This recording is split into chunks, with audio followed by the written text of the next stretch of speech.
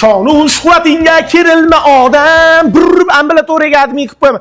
Qayda tayyorlaringlar. Hammanglar zooparkka olib boraman. Dadasi meni ham olib borasizmi? Ha, mana pombarq kiyimlarni almashtirib, chippa chiroyli bo'pchi. Xo'p. Mososiramasdan turinglar. Voy, kuyov sizga o'xshagan uyatchan ekan-a? Jinni. Voy, tavba, qaynonasini ham jinni deydim.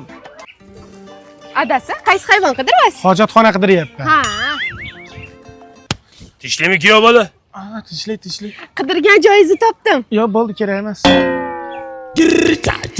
Zooparkka birinchi kelishimi? Ha, qandashlarni ham eslab turish kerak-da, qayni?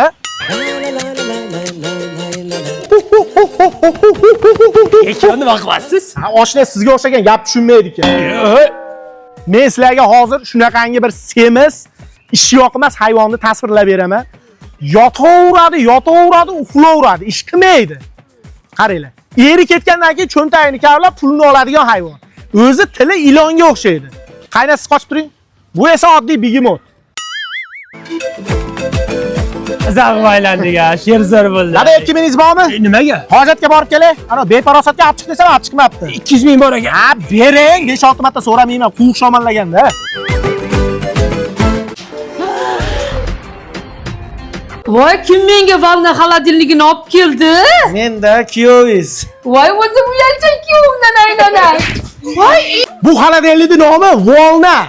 Bu xolodilnik o'zimizda O'zbekistonda ishlab chiqarilib, o'zimizning milliy brend hisoblanadi. O'zbekistonning istalgan hududidan topishingiz mumkin. Eng asosiysi hamyonbop. Ishonmasangiz so'rab ko'ring. O'zingizning brend Volna.